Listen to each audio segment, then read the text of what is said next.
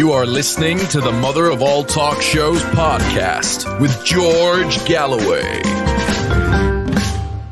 There are some things in life that I don't get. Not many, because whether I agree with them or not, I kind of understand where most people are coming from, why they say and do the things that they do.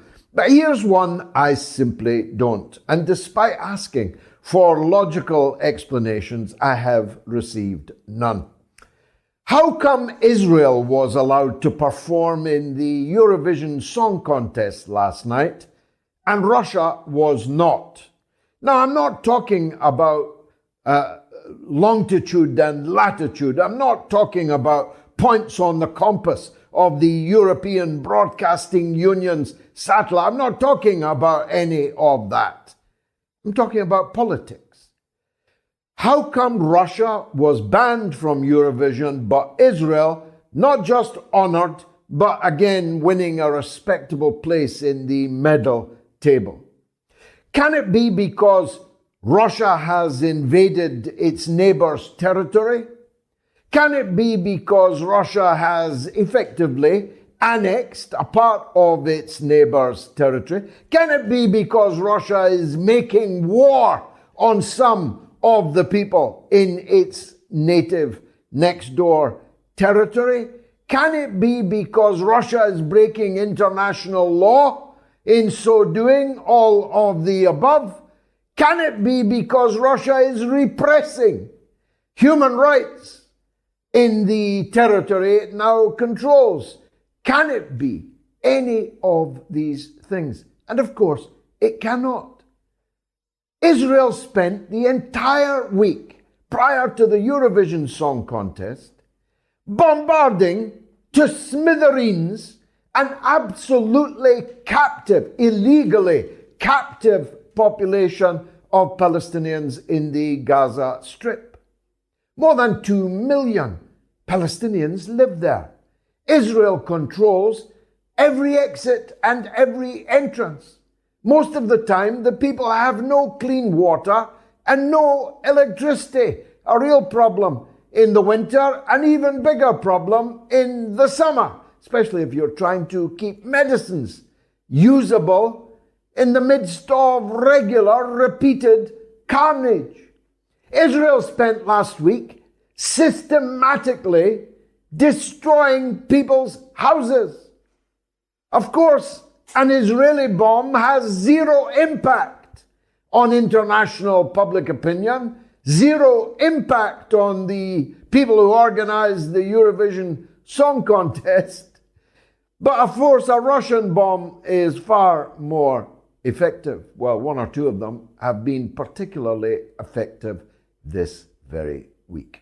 But returning to my point, Israel has illegally occupied the entire West Bank, East Jerusalem, and the Gaza Strip for the last 65 years.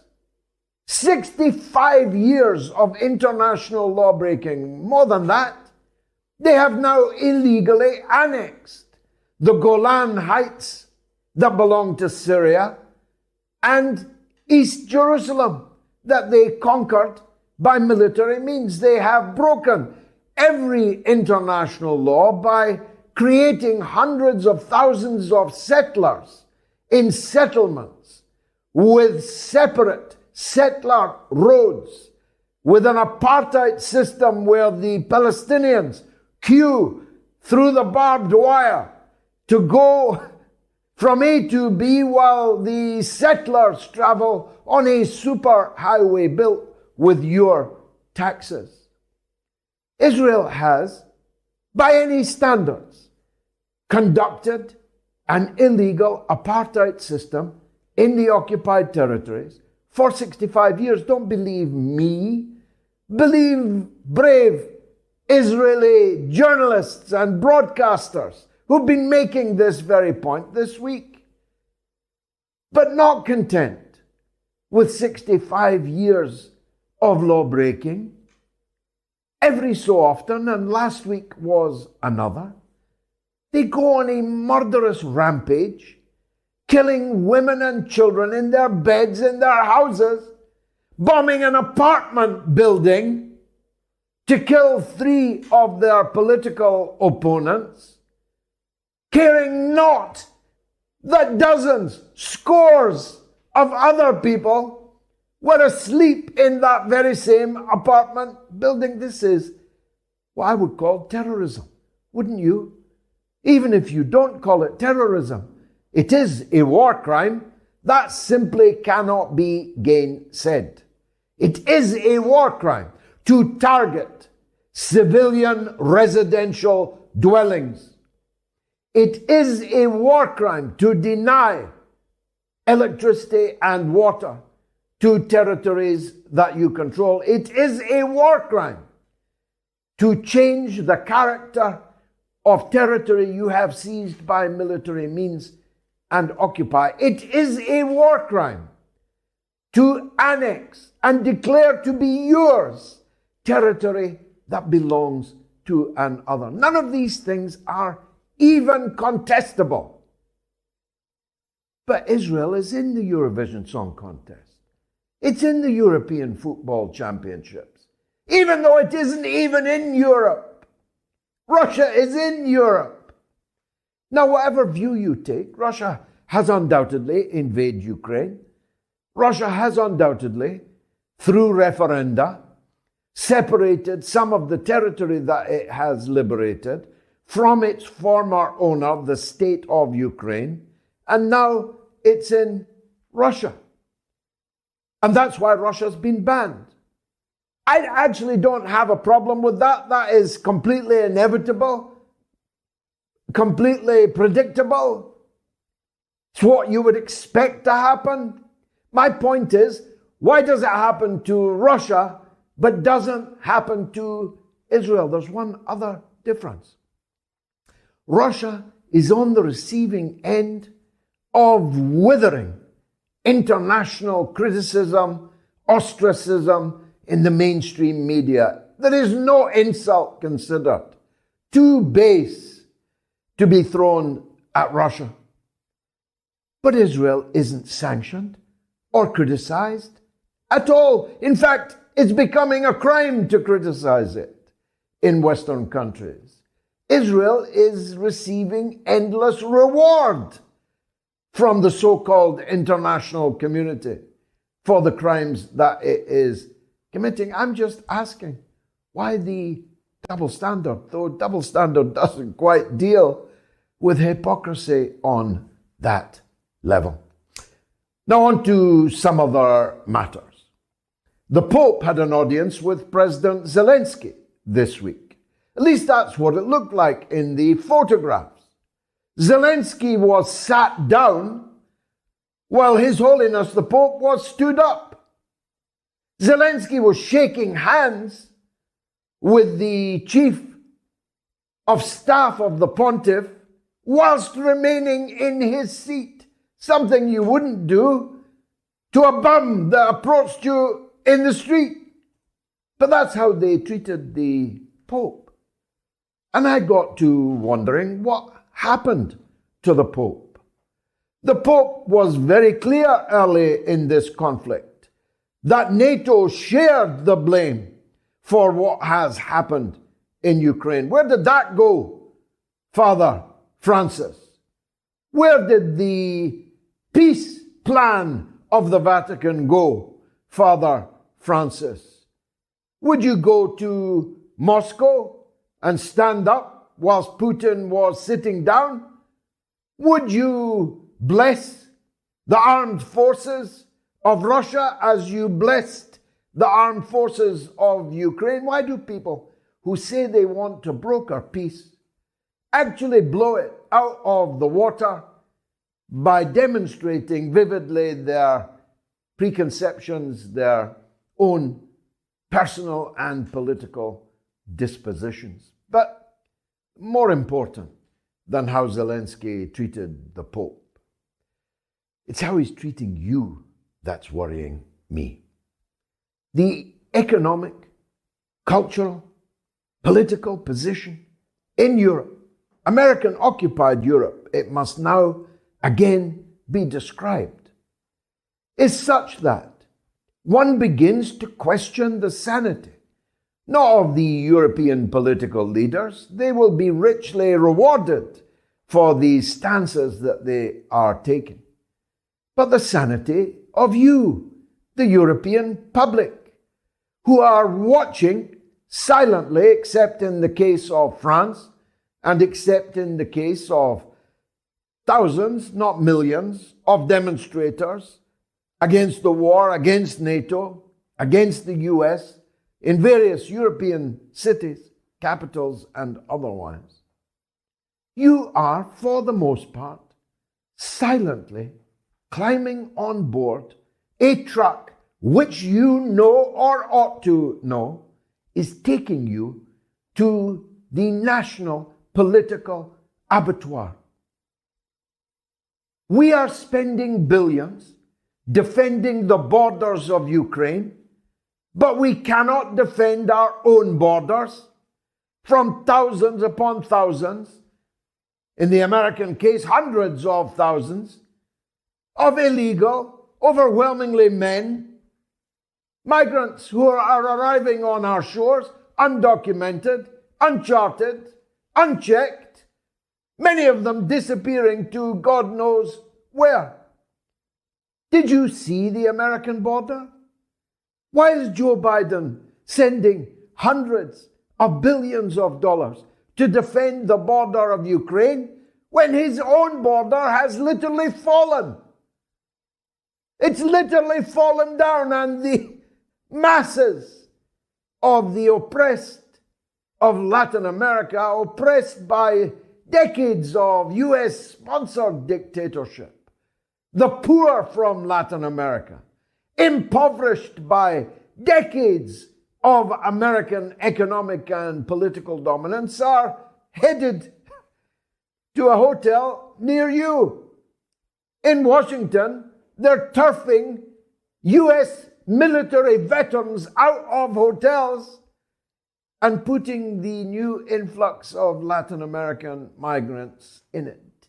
Is there any wonder that trouble is brewing in the US and in Europe over all of this? Over the fact that we're endlessly at war abroad, but can't even defend ourselves at home? And so I'm wondering, not just about Kamala Harris. Did you see the video of her talking about how her mother used to ask her if she thought she fell out of a coconut tree? Giggle, silence from the audience. I'm worried about the sanity of all and sundry in this political picture that we find ourselves in. India is on the warpath, and I'm right behind them. India wants its jewelry back. The British Empire stole trillions of dollars from India, and most of it is simply unrepayable. But the jewelry isn't. And India wants every last artifact and piece of precious jewelry that the British stole from them back. The most significant of which is the Koh-i-Noor diamond, which sits, last time I looked, right on the front of King Charles III's regal crown. Now, I'm ready, the Indians would like me to try and stage a citizen's arrest of His Majesty to return that stolen property to its rightful owner. Although it may be that the courts will get there before me. President Erdogan's downfall was eagerly anticipated and industriously worked for by the United States, by the NATO leadership, whose troublesome priest he is. They have long wanted someone, anyone, Bolen, or any of the donkey derby opponents facing him in today's election, to beat him, to get him out of office. Now, I have many, many differences with President Erdogan.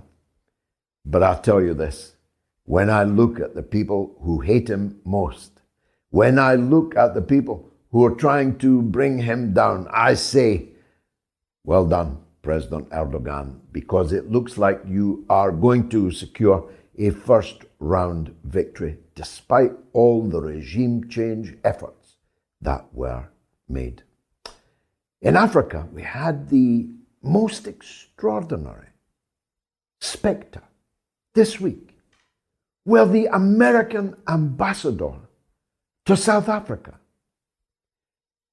publicly accused the leadership of South Africa of breaking international law, of being criminals.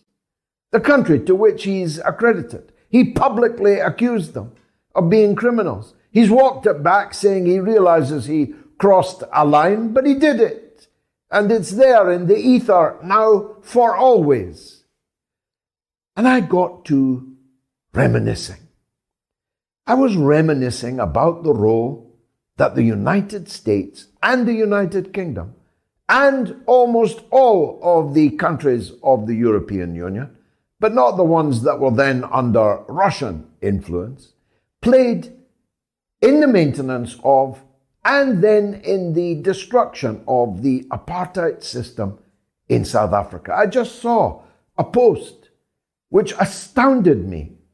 In 1990, after the liberation, after the release of President Mandela, regarded globally as one of the greatest men ever to walk the earth, after his release and prior to his first ever visit to the United States of America, the US government, which had him on their list of banned terrorists until 2008, wouldn't send him an airplane capable of taking him from South Africa to the United States.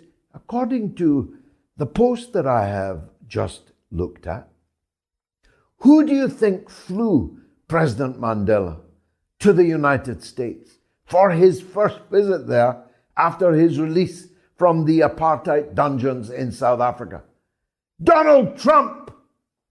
Donald Trump sent one of the Trump Air Fleet to fly Mandela from South Africa to the United States because the United States government would not do so. I'm old enough to remember when all of the countries of Western Europe, of North America, and the United Kingdom itself stood four square with apartheid and against Mandela and the ANC and the freedom struggle. Yes, compute that if you're too young to remember it. Do you know who was on the side of the liberation movement all of those decades? Do you know who gave them everything they needed to liberate themselves? Russia. That's why the West is backing the apartheid state in the Eurovision Song Contest and banning the country that always struggled against apartheid. Fasten your seatbelts. It's going to be a bumpy night. It is the mother of all talk shows.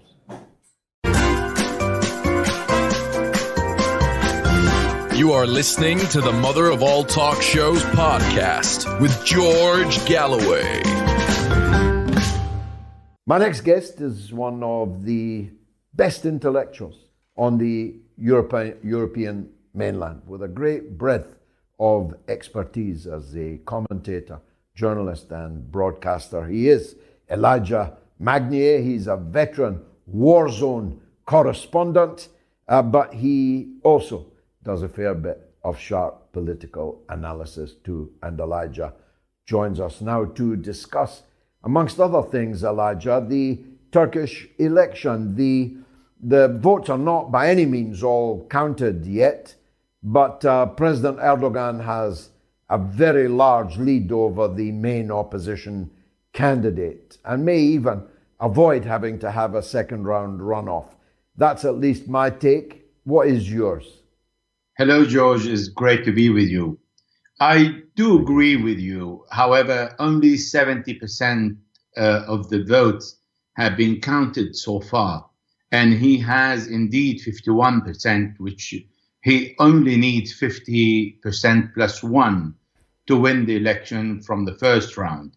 And I also agree with you that there are many differences with Erdogan's policy, particularly in Syria, in Azerbaijan, in accepting Finland as part of NATO, and all the other things with the refugee, etc., and the occupation of still part of Syria and Iraq.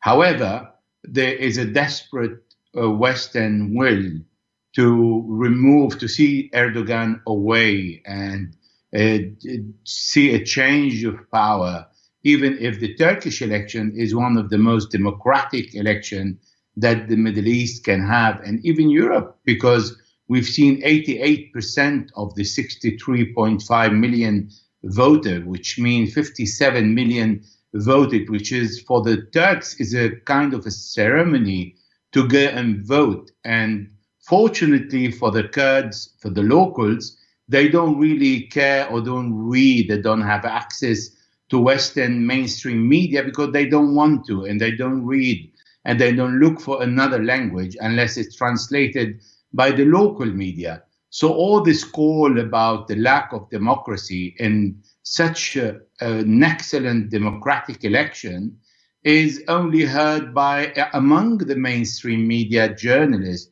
who are really talking to each other, and nobody is listening to what they are saying when they say it is not democratic, when they're saying that Erdogan has been too long in power, where Angela Merkel stayed for 15 years in power. And they say it's a lack of democracy when our best allies have never seen an election like Saudi Arabia, like Egypt, like all the Middle Eastern countries who know nothing about democracy, and yet they are our best allies. So all these accusations against Erdogan and pushing the Kurds for the first time who lived in the southeast of Turkey to vote for Kemal Kılıçdaroğlu, the Erdogan's opponent, this is unheard of in the history of Turkey. And yet more than 70-75% of the Kurds that represent more or less 10% of the voters supported the opposition. Still, Erdogan has, until this moment, 51%. And I think if he continue with if we reach 80%, and if he maintains this distance, then he will make it in the first round, and there is no need to go for a second round on the 18th of May. Splendid overview, tour of the Turkish horizon there, Elijah. I'm grateful for that. I want to focus on the Kurds.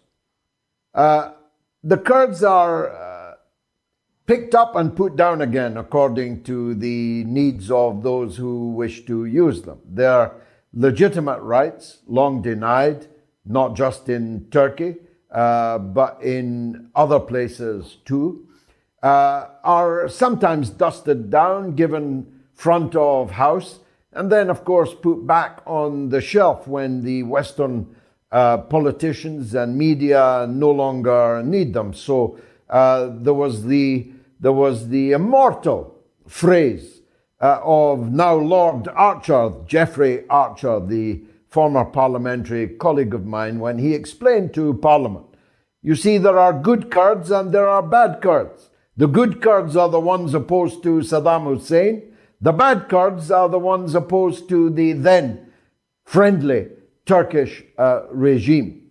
So suddenly the Turkish Kurds, long ignored, have now been given front of house prominence by Western commentators who ignored them all down the decades. What impact will that have on the non-Kurdish Turkish majority. Will this not deepen the divisions between Kurdish citizens of Turkey and non-Kurdish citizens of Turkey? Well, the Kurds of Turkey have been known in the past years, the past decades, have been majority Sunni with a small minority of Alevi. However, after the era of Kemal Atatürk, they became today more secular.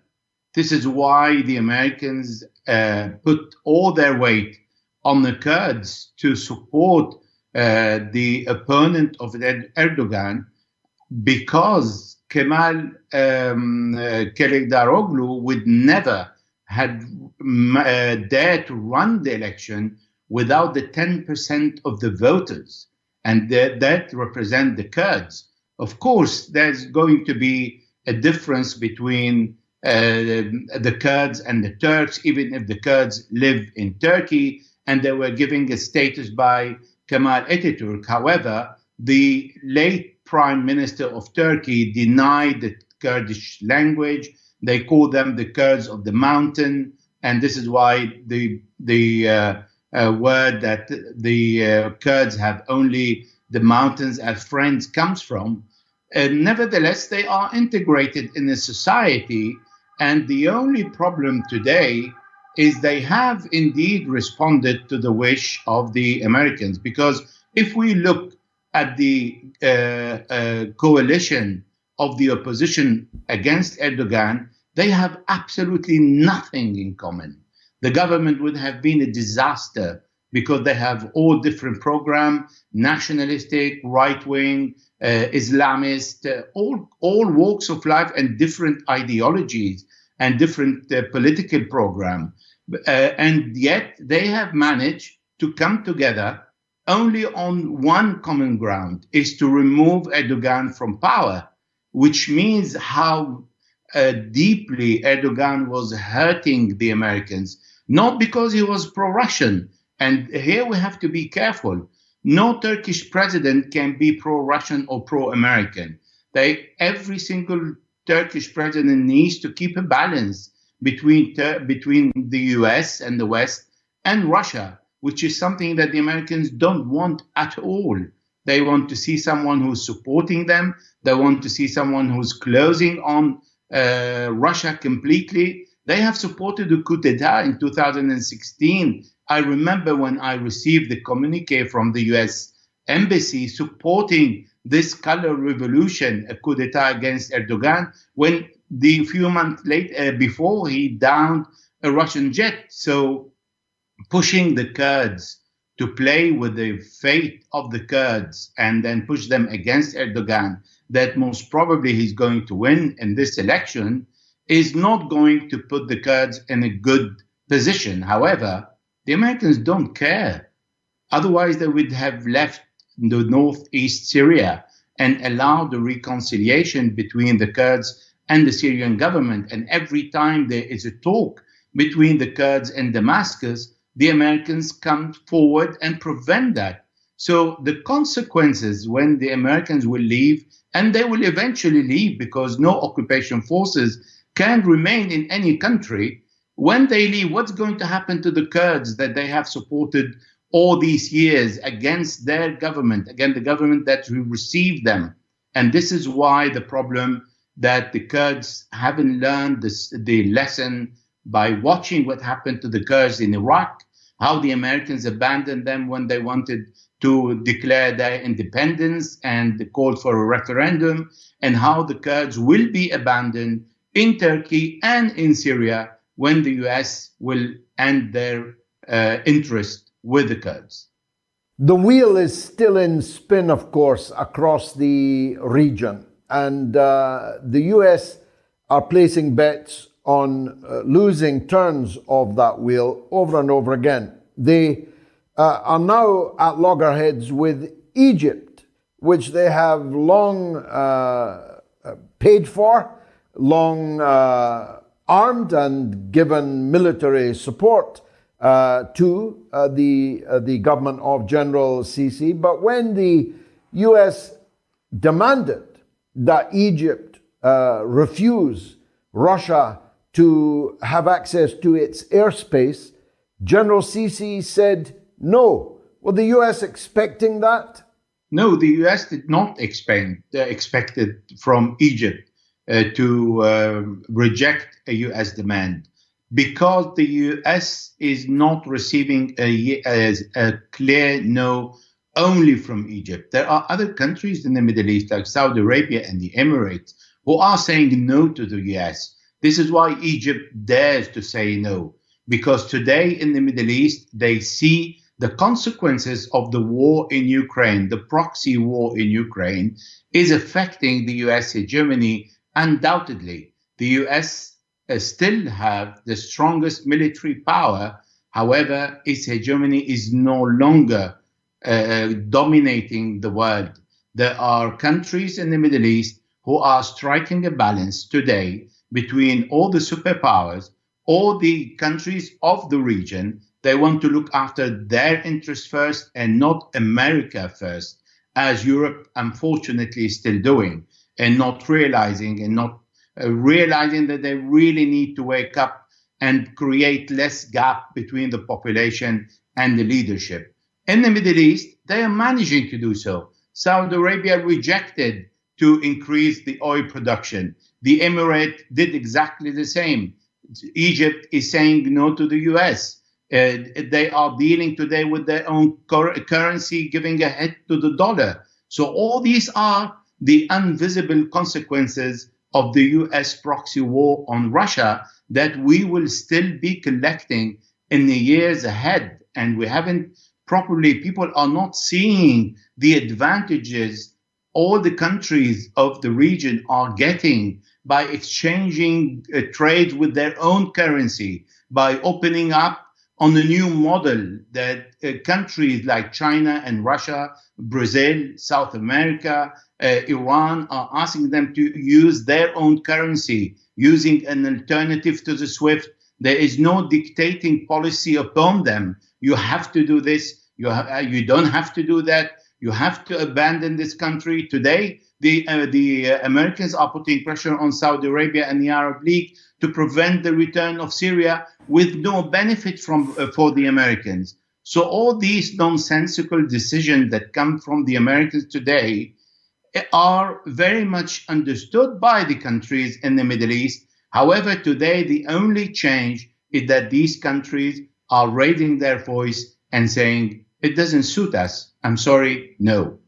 How ironic, Elijah, that the former colonies of the European powers in the Middle East and across the Muslim world are finding their true independence just at the moment that the former colonists in the European countries are becoming the satrapies that their colonies used to be. Elijah Magnier, always a pleasure to hear from you. Thanks very much for joining us on the Mother of All Talk Shows. Let me take a quick break. You are listening to the Mother of All Talk Shows podcast with George Galloway. Well, it's not just our audience that is breaking new records, 1.6 million viewers in the last 7 days. It's the number of people calling the show, oftentimes now in the hundreds of people calling the show, trying to get on the air. But another harbinger of that growth is the size of our polls. And this poll may very well be the biggest poll that we have ever had. It is this: is Israel guilty of war crimes in Gaza? On Twitter, where 1,621 people have voted, it's A, yes, 85%, B, no, 15%. Now, on Twitter especially, the supporters of Israel have got a real operation.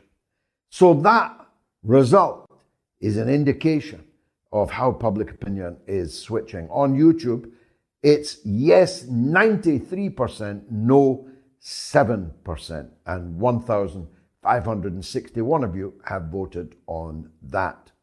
On Telegram, 857 people have voted. 96% say that Israel is guilty of war crimes in Gaza, and only 4% say no. And on the YouTube community poll, now always the biggest, it is yes, 88%, no, 12%. Ahmed Caballo is a figure of great importance, a great footballer, a Manchester United supporter, a friend of mine for many years, now living in Africa, and the CEO and founder of African Stream, an increasingly influential source of news, information, and analysis about Africa. He hastens from Sudan. His father, a leading figure in the Communist Party of Sudan. So we're going to start at the top of Africa, but I promise him we're going to end up at the bottom of it. Ahmed Caballo, welcome on board, the mother of all talk shows. Good to see you again. Manchester United have done better this season, but still a lot more to do. I know you'll be following from Africa every kick of every ball. I do, and I'm even farther away than you are from Old Trafford right now. Let's start with the events in Sudan.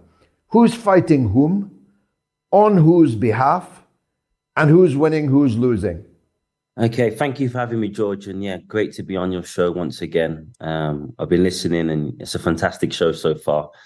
So who's fighting who? So there is Mohammed Hamdan Dagalo, aka Hemeti, who is the leader of the Rapid Support Forces, fighting on one side, and there is General Abdel Fattah al-Burhan, the leader of the armed forces, fighting on the other side. Now, what they're fighting for is quite unclear at the moment, because I can't see victory for either side. So it seems to be perpetual fighting, in my opinion, with the overall long-term goals of derailing the move towards democracy, which now looks further afield than it's ever looked. Now, who's backing who? That's a very interesting question. So Egypt backs General Abdel Fattah al-Burhan for several reasons. One of the reasons is because they want to see an army in control, an army that they control. And they also don't want to see democracy in Sudan, which could trigger, a move towards democracy in Egypt just across the border. But a bigger reason why Egypt backs Abdel Fattah al-Burhan is because of this perpetual tension that could lead to conflict between Egypt and Ethiopia over the Great Renaissance Dam. Now, Sudan historically has been in favor of the dam because the dam can help control, the water of the Nile. Every year, the River Nile's banks flood and destroy the agriculture in Sudan. So actually, a dam would benefit us. But since Burhan came into power, they've been siding with Egypt against Sudan's national interest. That's number one. Number two, since the TPLF was removed from power democratically, the United States has been looking for a reliable ally in the region, and Burhan presents them as that reliable ally. Burhan is the one that pushed for normalization with Israel, which was a signal to the West that it was a change from the old guard, change from this kind of hostility that defined the Bashir years. And Burhan has actually been supporting the TPLF in that insurgency against Ethiopia and Eritrea. So that's, that covers Egypt and the US, but we have many more players. We have General Haftar from Libya, who supports the Rapid Support Forces, who the Rapid Support Forces was used in General Haftar's push for power in Libya. We have the UAE, who supports the Rapid Support Forces. General Hemeti controls the biggest gold mines in Sudan. Most of that gold ends up in the UAE. Both the UAE and the Persian Gulf states are very interested in the Port of Sudan region, which is a strategically very important region as it has access to the Suez Canal, the Gulf of Aden, the Horn of Africa, and the Middle East. And then, of course, we haven't even got into the discussion about the Russian naval base and the role that it plays in all of this. Now, obviously, none of this can be proved, but the US embassy came back to Sudan on the 22nd of April, 2022. And then the US Embassy evacuated Sudan on the 23rd of April, 2023. In the space of that year, we had the US ambassador warning the military council, which consisted of Hemeti and Burhan, against this Russian naval base, saying there will be dire consequences. And here we are, less than a year later.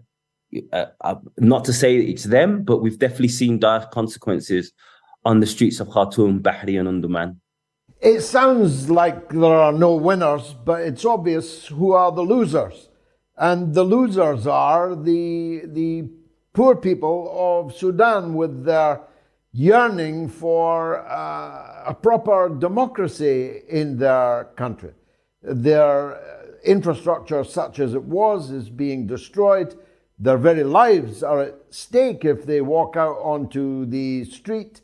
What do you think public opinion can do in these circumstances where two armed bodies of men are confronting each other? You might say two bald men fighting over a comb. Yeah, I mean, it's a difficult one because usually in a conflict, there's a side that you want to win. And in this situation, both sides are reactionary. Both sides have caused, distress and terror to the people of Sudan for many years. The Sudanese army has been responsible for 7 coups since independence. It was the military apparatus behind Bashir as he conducted his, genocidal policy in Darfur and the Blue Nile region and Nuba Mountains. And then on the other hand, we have the Rapid Support Forces, which was the army fighting on the ground in Darfur, which has been in the last few years a kind of mercenary gun for hire group used in Central African Republic, Libya, Chad, and Mali. So it's like, who do you want to win? And there was a recent audio recording from, allegedly someone in the army saying that they should use the fighting to kill the leaders of the freedom forces and change. So the Sudanese people are really stuck between a rock and a hard place because, the military winning this conflict will only embolden them and make, the democracy movement weakened. And the Rapid Support Forces, which is a genocidal outfit winning this conflict, would be a disaster as well. So, I was just given a speech via Zoom in Burkina Faso, and they asked me the same question: what's the solution? And unfortunately, I don't have an answer. I guess the best thing that the Sudanese people can hope for is for both sides to run out of bullets and to, come to the table and negotiate some sort of settlement. Dismal indeed. Ahmed, I just read this afternoon about one of many, not just in Africa, but around the world, these Christian evangelical crackpots who gather a following in their cult and then murder them. I'm reading now in Kenya, hundreds of people have been murdered by their cult leader and their organs harvested. And the name of the cult is Good News International Church. What can you tell us about them? Yeah, I mean, it's a really, really terrible story. And I think, the problem behind the story is that in Africa, as the rest of the world, but felt more acutely in Africa, there's this huge economic crisis that has been exacerbated by this conflict between Russia and Ukraine. And this economic crisis has exacerbated these preachers who prey on the neediness and the desperation of their people. And this idea that you can get closer to God if you do these ridiculous, sacrifices or donations. It's kind of like Victorian Britain, where, there'd be a preacher on the side of the street telling the peasants to give all their savings to get into heaven. And we're seeing more and more of these cases. We've done a few reports about it on African Stream, and we've got more reports coming up. It's a really, really sad story. President William Ruto has described it as an act of terrorism. And I think that's probably an accurate description. It's just a real sad story where a preacher has preyed on those that are desperate. But unfortunately, this isn't an isolated incident, and we're seeing more and more of these stories pop up, especially as the economic crisis exacerbates. So for everyone's sake, we need, this conflict in Ukraine to be over, and for the economic crisis that has inflicted the whole world, but particularly Africa at the moment, to come to an end. Finally, some good news. Although the ANC government in South Africa has been a huge disappointment in many ways, perhaps increasingly so. Certainly for me, I speak personally, I suppose, on that. They sure have stood up to the United States over the issue of Russia, Ukraine, and they left the American ambassador no alternative but a humiliating withdrawal and apology for the attack on the government he is accredited to over the issue of weapons supplies. Bring us up to date, would you, on that? Yeah, I mean, the US has accused South Africa of supplying weapons to Russia. South Africa denied it. However, they said they would set up some sort of inquiry, which to me sounded strange. Why would you need to, investigate something that is not true? I'm not aware of the latest regarding the retraction by the South African government. So apologies for that. Maybe you can update me. Well, no, the South Africans summoned the American ambassador. They gave him real blasting. And subsequently, the American ambassador apologized to South Africa for clearly crossing the line of undiplomatic behavior. But I suppose my overarching point was the vast majority of people in South Africa know that it was Russia that was on their side fighting apartheid and America that was on the side of apartheid. Exactly. And we saw this with the proposed BRICS summit, which is going to happen in August in South Africa. We saw Julius Malema, who's the leading opposition figure from a black party, saying that he would personally, escort President Putin to the country.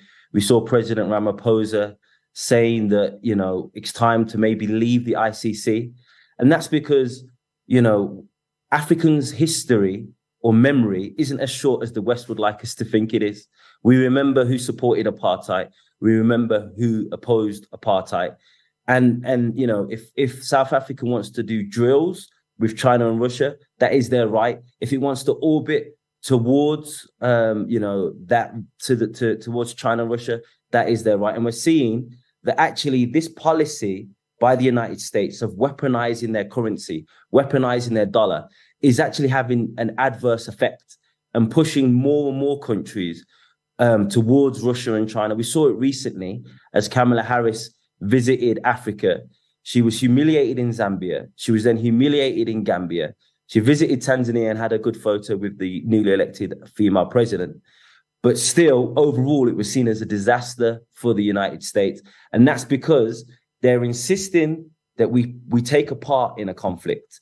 However, any other international issue of the day, they don't want to hear our voice. We Africans never got asked for our position vis-a-vis Israel-Palestine, but now we're asked to take a position vis-a-vis Ukraine, Russia. Africa was never, the UN General Assembly was never seen as an important vehicle when every year they unanimously vote against the blockade against Cuba. But now the UN General Assembly is this important vehicle that we all need to utilize. So it's just hypocrisy at its finest, and Africans can see it. And that's why, state by state, they see their path towards prosperity closer aligned to China in particular than the United States. The debts that China incurs on Africa doesn't come with conditions on how to spend your money on austerity, on IMF structural readjustment programs. So, it's an obvious choice, and it's obvious why all these African nations are moving in that direction. Finally, Ahmed, how do people follow your work? How can people support it? Well, for once, I'm going to say not to follow me, Ahmed Cabello, follow African Stream. All of the good work that I'm putting in is, coming out via African Stream. So I follow African Stream on TikTok, where we've now got 290,000 followers.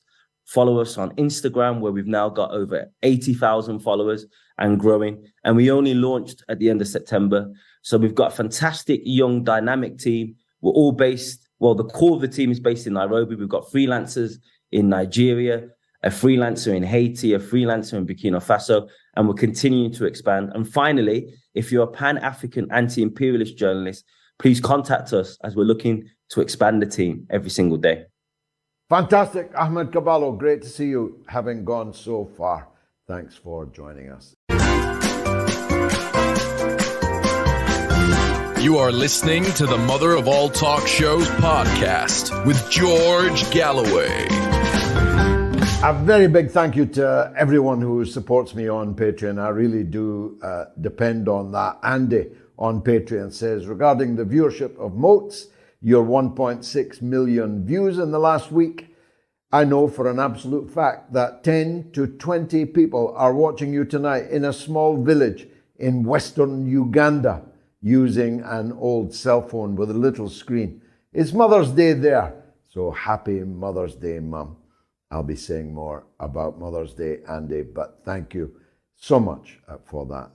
I can't tell you how touched I am to hear that. Morris McIntyre says Israel has ignored all attempts to reconcile from the Oslo Agreement and to the many attempts over decades with Yasser Arafat, who really was the best hope. Full-on boycotting and lobbying in peaceful protests has to be considered. The only option is a two-state solution. Thank you, Morris. Matthew White says, yes, they are guilty of war crimes. Moreover, Israel and its US colonial sponsor rendered the United Nations entirely null and void. Thanks, Matthew. Graham Briggs White says, he's a legend, Graham, by the way. He's Moats legend, Graham Briggs White. I cannot comprehend, after all these decades, the constant displacement and theft of land, that this is still allowed to go on. Yasser Arafat sadly died without seeing his people safe, and it disgusts me. Graham, we'll talk about President Arafat one day. He is very sorely missed, not least by me. Hawk Lee, a new patron, thank you, Hawk, says, as backers of the Israeli apartheid regime, the US and UK and Australia are guilty of war crimes against the Palestinian people. So please do search out my Patreon, patreon.com/George Galloway, and follow me. Saith, welcome to the show. Good evening, Mr. Galloway. So happy and privileged to be able to connect a first-time listener. Go ahead, sir. I'm calling just to comment on the debacle concerning the U.S. ambassador's remarks, the allegations about South Africa supplying Russia with arms. And just to provide some context to perhaps some of your viewers and listeners who need a bit of context. So in December last year, a Russian cargo ship, the Lady R, docked in Simonstown, which happens to be South African Navy's largest base. There were media reports that some cargo was loaded onto the ship, the contents of which remain a matter of speculation. And when pressed about the matter, the defense minister dismissed the allegations about arms transfer. And interestingly, following this incident earlier this year, we then saw South Africa conduct joint naval exercises with Russia and China in February, around the same time as the one-year anniversary of the Russia-Ukraine war. When we take together this development, it comes as a little surprise that this development riled the United States, coupled, of course, with South Africa's stance of non-alignment with regard to the Russia-Ukraine war. What's interesting is that the timing of the American ambassador's comments also come at a time when South Africa is preparing to host the BRICS summit, a momentous period in history when we are witnessing the makings of the multipolar world order, something which the U.S. and its allies, of course, find antithetical to the U.S.-led hegemonic liberal order. So on the foreign policy side of things, Mr. Galloway, I think it's important to mention that on the line is South Africa's eligibility under the African Growth Opportunity Act, AGOA, which is up for renegotiation in 2025. AGOA grants duty-free access to thousands of South African exports. And also, inadvertently perhaps, South Africa finds itself caught up in a geopolitical context. So its foreign policy mettle is being tested, and the capacity to balance values and interests in an increasingly fragmented world order. And I think it's also important to mention that this, of course, tells us or points us to the classic two-level game in foreign policy, this balancing of domestic and external interests in light of the juncture at which South Africa finds itself in, an embattled economy, energy crisis to the extent at which the state is actually struggling to keep the lights on. And it can scarcely afford to be embroiled in a costly geopolitical and zero-sum diplomatic role. And just in the bigger scheme of things, it's an important crucible for South Africa's post-apartheid foreign policy and for the Ramaphosa administration. And it also leads us to just contend with the idea that South Africa is being forced to grapple with a bigger question about national interest and the means and trade-offs that come with pursuing the national interest. Well, thank you, ma'am. A very powerful statement. I appreciate it. I'll only add this context that South Africa has always been in the maelstrom of geopolitical complication. It's just that its stance has changed. When apartheid South Africa was a tool of NATO and Western geopolitics. And now that apartheid is overthrown, that South Africa is liberated, then it's only right that South Africa's role in this complicated geopolitical world is a very different one.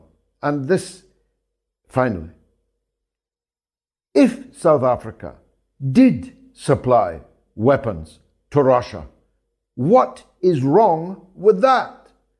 Every country in the European Union is supplying weapons to Ukraine. Why are supplying weapons to Ukraine kosher, but supplying weapons to Russia are haram? Where does that idea come from? There are no United Nations sanctions on Russia because, of course, no such resolution could ever get through the United Nations. These are Western sanctions. Well, let Western countries sanction as they will, even though increasingly they're discovering, in truth, they're sanctioning themselves, but let them. It's their right to sanction anybody that they please, but they cannot order other people to join their unilateral, extraterritorial sanctions. This is a very important point. Ma'am, thank you for the call. Deek is in London, but also wants to talk about Africa. Deek, welcome to the show. Hello, George. And I just wanted to say, obviously, the biggest issue Africa have is the westernized involvement within in the countries all over Africa. And there's rumors going on in African radio. They'll probably be kicking out all the NATO embassy out of Africa within the next 2 years. Do you think that's possible? I don't, and I wouldn't advise it. I don't think kicking out embassies is in general a good idea. It's always wise to have a channel through which you can speak. I'm in favor of Joe rather than war. And so I always deplore it when embassies are closed. Go on, Deek. And I'm biggest fan you have. Obviously, I've been following you for years, and obviously I stand by you every word you said, and the things you stand up for as a man is touching the heart of all men, so who has a good heart. And I always appreciate you, and I'm a big follower on Twitter, obviously, and I'm always the guy to say MashaAllah and your kids.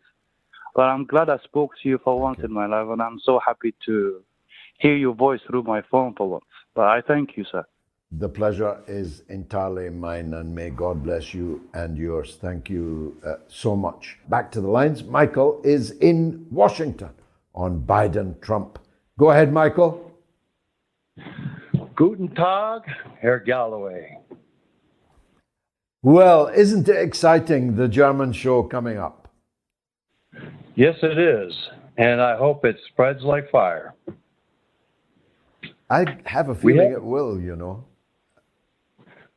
I have noticed through my studies and observations of politics about the world, many thanks to you, that leadership positions seems to be getting a little bit worse. It's almost as if it's a center of gravity for sociopaths who like to lie. And the reason you got people, most people, they like to get a job, have a family, go to work. But in the leadership positions, I've noticed there's two types. There's builders and destroyers, it seems like. Donald Trump, he's a builder. He makes a situation win-win. But creatures like this Biden fellow, it's win-lose. He destroys other stuff and he says, oh, that's our win. Is that typical of politics that you've noticed? No, I'll tell you what the main change for me, Michael, is the quality of the sociopaths. Don't forget that I entered Parliament when Margaret Thatcher was the wrecking ball, applying herself to the British economy, to the manufacturing sector, to our industrial base, to our extricative industries, and so on. She was a very considerable sociopath, but she was of quality. She was good at it. She was plausible at explaining it. She was capable and competent. And around the world, you could say, and I made the comparisons last week with de Gaulle and Macron, with Willy Brandt and Gerhard Schroeder and the Schultz, little soldier Schultz that we have now. I made these comparisons, and I suppose my general thesis, Michael, is not that they are now sociopaths, but before were St. Francis of Assisi. They never were. But the level of competence, capability, has shrunk to a dwarfish proportion that is very difficult for me to believe. I spent nearly 30 years sitting in the British Parliament, and I kind of worked in and around the Parliament for a good few years before that, for 7 years before that. So in that 37 years in which the British Parliament was my main theatre, if you like, in my life, I am astounded at the quality of the people that we now have in charge of British politics and of American politics. I mean, I'm looking at these videos of Kamala Harris and Joe Biden, and I honestly don't know whether to laugh or cry. I'm laughing at her because she's berserk. I mean, she truly is stark raving bonkers. Imagine her with the nuclear football at the bottom of her bed, and I look at her boss, Joe Biden, and I cannot get the image out of my mind that he'll fall over it in a rush to the bathroom, as is his wont increasingly, kick the nuclear football and plummet us all into the destruction of the entire planet. Thank you, Michael, in Washington State. Let's go to Mick in Notting Hill, my old stamping ground, Mick. Nice to hear from you. What would you like to say? We're going to Gabriel in New Mexico. We're going to come back to Mick in Notting Hill after that great build-up. Gabriel, welcome. George, I'm so delighted. I'm speaking to you from the edge of a rushing stream on the Picaras Pueblo in sight of a buffalo herd. Is there a buffalo herd still extant? Yeah, and I'm on the edge of a pueblo, you know, traditional, not a reservation, but a continuously sovereign Native American territory of Picaras tribe. I've been reading all about the destruction, the literal annihilation, the genocide of the Comanche people, whose demise was actually executed by my fellow countryman, a Scotsman, Ranald Mackenzie. Next time you hear a Scotsman telling you that they are the victims of colonialism, just tell them about Ranald Mackenzie. Go ahead, Gabe. So I've respected and admired you ever since just short of 20 years ago, your defiant exchange with Senator Coleman. Yes. You know, the first Iraq War. A good day, a great day. And I'm calling because, you know, my grandfather flew for the Free French. He's buried in Fakenham outside of London, I think. My father wrote extensively on the French collaboration. And I think they would be rolling in the, well, one is alive that has dementia, but my grandfather would be rolling in his grave at the historical amnesia and perversion of the way history's been erased. And I remember, you probably remember this, but about a year ago, the commemoration of Russian Victory Day above Times Square was amended to read Russian Shame Day. And I'm no longer in New York City. If I had been, I would have climbed up there and committed an act of vandalism. But well, Gabriel, it's not even just amnesia, is it? It's worse than amnesia. Amnesia amongst forgetful people can be understood. It is willful, deliberate, Orwellian, mendacious, lying rewriting of history. It is stating falsehoods and presenting them as truths and erasing truths and turning them into falsehoods. I give you, given the hour, just one example. In 1950, 86% of French people, when asked which country had made the greatest contribution to the victory in the Second World War, answered the Soviet Union. Today, the majority of people in France believe that the United States made the greatest contribution to the victory in the Second World War, when, Hollywood notwithstanding, nothing, to be honest, could possibly be further from the truth. Eliana in Alaska is on the line. Eliana, welcome. Hi, George. Thank you for having me on the show.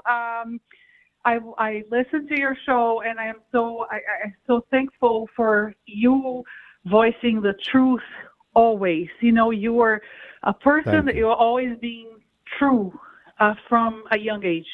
No masks. I have a question. Are we jungle or are we a garden here in the United States? Borrell didn't mention the United States, but you know, like I see more. But I don't see a garden here. Well, I think that is beautifully expressed. Alaska may be a garden. I've never been there, but the great majority of American cityscapes, townscapes, and its infrastructure, its bridges and its highways and so on, are in such a parlous case that they would be far more properly described as a jungle rather than a garden. For those who don't know, Joseph Borrell, a Spaniard, regards the European Union as a garden and described those outside the European Union as living in a jungle. He obviously hadn't looked round the capital cities and big cities of the European Union's countries before making this deeply insulting comparison. But the truth is, all the growth and the development of prosperity and stability is outside of the European Union and North America. When I look at some of these pictures from San Francisco, from Chicago, when I look at the crime statistics, as I do every weekend, about how many people were shot, how many people were murdered in the United States across the great urban landscapes, I'm all the while reminded that the United States is an empire in very steep decline.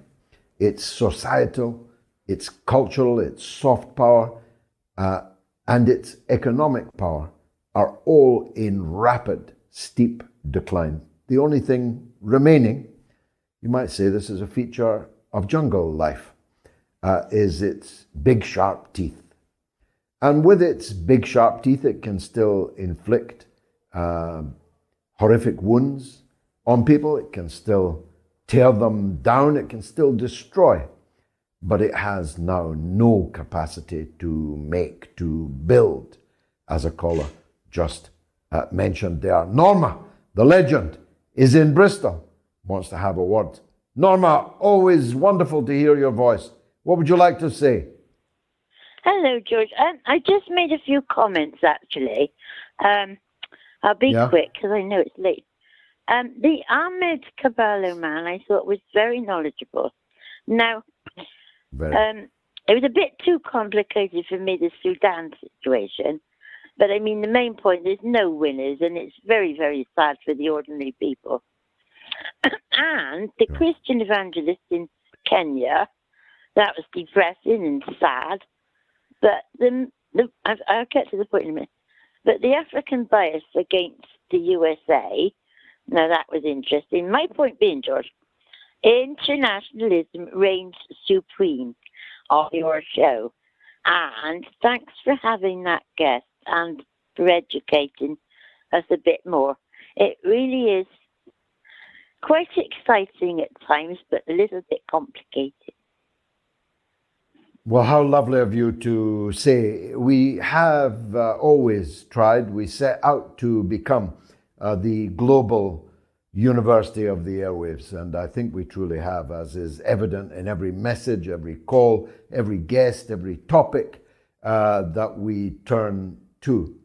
We are the only people playing this role. One day there will be many, and we will be merely the pioneers of this development. Unfortunately, we have run out of time. It is Mother's Day, or Birthing Parents Day, as some would have us describe it now. Birthing Parents Day, the birthing parent that does the chest feeding, to be more precise. But it'll always be Mother's Day to me. It is glorious that my own mother is still alive, aged 88, and I send her Mother's Day greetings. I greet my mother-in-law in Indonesia with the deepest respect, and I bow before you. I greet all the mothers of the world on this International Mother's Day. Paradise lies under the mother's feet. This I truly believe. Of course, fathers are important, but it is the mother who nurtures and carries for 9 long months the infant within, and will almost certainly, in the overwhelming number of cases, be the main caregiver, the main nourishment of that child in its early years. The mother could scarcely be more important, and is thus exalted in the great religious texts. Incidentally, Our Lady, Maria the Madonna, is mentioned more often in the Quran than she is in the Bible. But the exaltation of motherhood for millennia has not been for nothing, because without our mothers, we're not just nothing, we literally would not have existed, and we would not have become the men and women that we have become. And one of the most repellent, of many repellent, current trends in social and cultural development in our country and in many countries around the Western world is to cancel the mother, to rename her, to pretend that a man can be your mother, to denigrate the sacredness of motherhood and of women. A woman is an adult female. A mother is an adult female who has given birth. Hallelujah. May God bless all the mothers of the world and damn all these efforts to cancel and degrade her. It's been marvelous for me. I hope it was for you. 1.6 million people watched last week. How many will watch this week? Let's see. Please spread the word about the show, because if you all did, that would mean that one day I could announce that 3 million people had watched all or part of the Mother of All Talk Shows. Please bring at least one other viewer to the show. See you Wednesday at the later time of 9 p.m. UK.